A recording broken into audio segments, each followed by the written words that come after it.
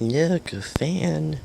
1999 Toyota Corolla LE. If you were born sometime between the 1980s all the way through the early 2000s, there's a nonsensical confabulation that is often spoken by the likes of Gen Xers and baby boomers, and they just sit there spewing out comical bullshit like, "Oh, you guys are just a bunch of spoiled-ass crybaby degenerates that run home to the mothership anytime a social justice warrior gets butthurt over a Facebook discussion." 1999 Toyota Corolla LE, the official car for the Me Too generation.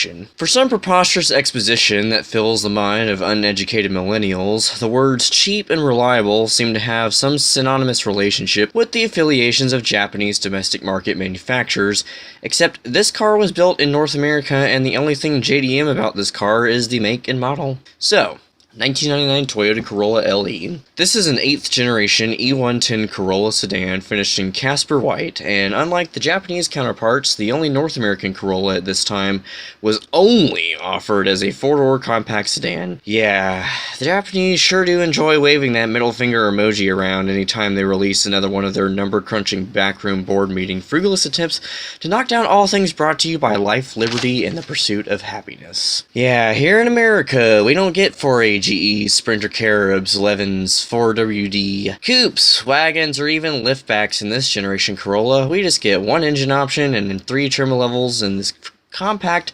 front-wheel drive seafood medley bearing the name derived from a language that is commonly used to fool the minds of over 98% of Earth's present population. Corolla in Latin means small crown, and this vehicle wears that combination of cardboard and sequins found locally at Burger King so well that it's been incarnated in 11 different generations and has been one of the best-selling cars globally since 1966. Toyota has sold more than 40 million Corollas since its inception, surpassing nameplates like the Volkswagen Beetle, the Ford Mustang, and the Honda Civic. I mean, just take a casual drive down the street, and I guarantee you will see at least one of these on the road because they are everywhere. Oh god bless the miles and miles of human fecal matter swirling around the porcelain god's throne. 1999 Toyota Corolla LE, powered by 1.8 liters of timing chain aided 16-valve dual overhead camshafts making 120 horsepower and 122 foot-pounds of torque, made it to your choice of a 5-speed manual or a 4 to 3-speed slush box. This engine is the 1ZZ FE, which has been used in the Lotus Elise of all things considered taboo and the bizarre and bastard child of British and Japanese engineering. This particular engine does not have variable valve timing with intelligence and is extremely common to having valve train issues resulting in rapid oil consumption and a dagger to the throats of gearheads who preach about the reliability of Toyota Corollas. These cars are no more reliable than that friend in high school who promises that this will be the one and only time that he has to borrow $1 to purchase a bag of flaming hot cheese dog turds. I'm here to debunk this scholastic myth of reliability and its nutty alliance with cars from the land of the rising sun. See, for a lot of echo boomers, this car is usually the first pick of a lifelong choice to be boring and uninspiring in this fast-paced, media-driven millennium that we exist in its entirety. To accumulate one of these moderately engineered people movers, you must first browse the lists of Craig in search of a car for the girl in school who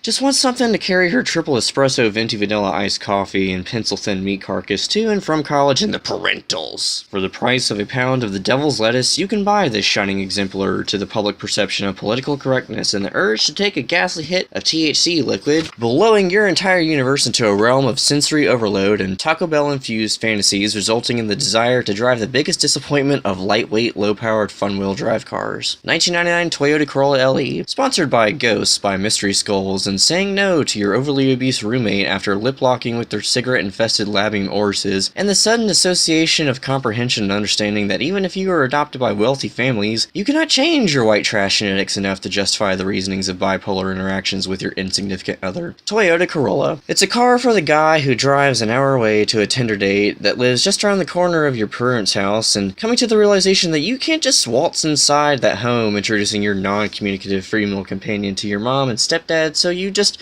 park in some barely lit parking lot in suburbia to give her the D. Alright folks, for today's lesson in Literature and Composition 1408, we are going to discuss the concept of imbrication and how it relates to the 21st century. Imbrication is the overlapping and forming of a regular pattern, whether it's incorporating hydrogenated coffee grounds into your lavish lifestyle, or going to that one restaurant at least once a week to purchase halcyon-infused berries and cream, which results in the cross-contamination of a slushie and a milkshake. So you start off with your small Crown, or Corolla, and you sprinkle some of that Plastidip onto the badge in the front, giving off the illusion of your precious Econobox is no longer in stock form and now it has been modified. And since this model year didn't come with the S package until 1 year later, you swap out the entire front core support so that you can actually have fog lights in the grille and bubble dipped headlights and some red and black gauges from Hot Topic. And then you recognize that it doesn't have EVTI, so you order the AE86 Bloodline from a JDM engine importer and boom, your E110 is now no longer some USDM garbage. Oh. But wait, there seems to be an issue here. What doesn't sound right here? Oh, yes, that's right. These sort of things aren't commonly done on this generation Corolla, but oh, you go right across the pond with all this customizable bullshit on this similar generation Honda Civic. For the record, how many people do you see driving modified 8th gen Toyota Corollas? Hardly any. What about 6th gen Honda Civics?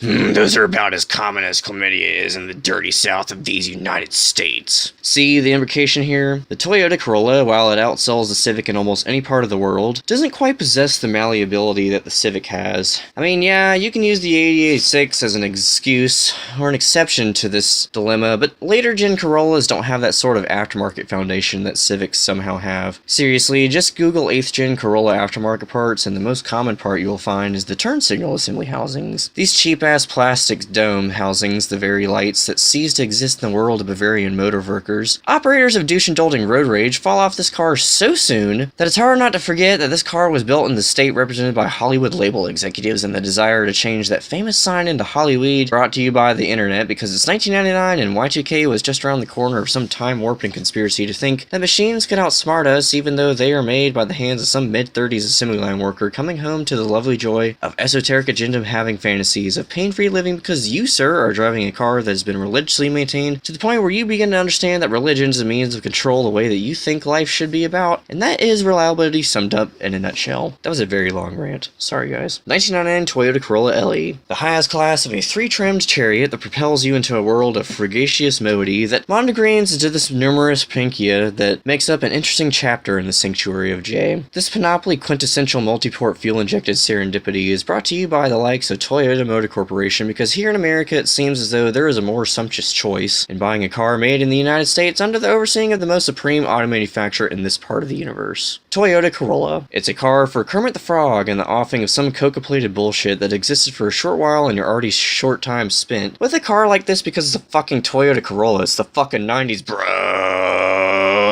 Yeah, man. We're here to fuck some shit up, bro. Stickers means more horsepower.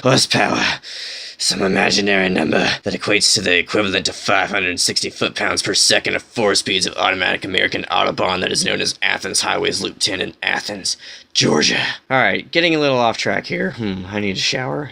Yeah. Anyways, Toyota Corolla. A car for the guy who's had 2 sob stories and just needs something to get from point A to point B. Dream ride into a young gearhead's fantasies of working for the man whose first name is one of that resembles male genitalia and the ability to access life diaries of other human beings that exist on your side of town because they trust the minds of 3 individuals bearing the name of a disciple of other kinds of ways to interpret this harbinger of capitalistic trade deals with beings of the same planet. It's super easy to acquire one of these finely crafted people movers, and if you're smart about it, they can be a worthwhile investment and are even capable of turning a profit that's riding out this incipient love story. It's almost 24 years in the making until you gamble out into a world of introverted thoughts that sum up the overall conclusion to Casper. This 1999 Toyota Corolla LE, a car that charioted on through the depression-based condominium and paved way to the future of things that are built to last, and the felicity-filled leisure to ride out a collection of thoughts and feelings from a person outside the barriers of millennial bashing tendencies to want to be associated and accepted in this lonesome world of junk typology test subjects. So long, Casper. This time, you might just be the one disappearing for a while. The end. You know, Toyota used to make driver-centric-ish cars back in the day. Not really sure what happened, you guys. Why?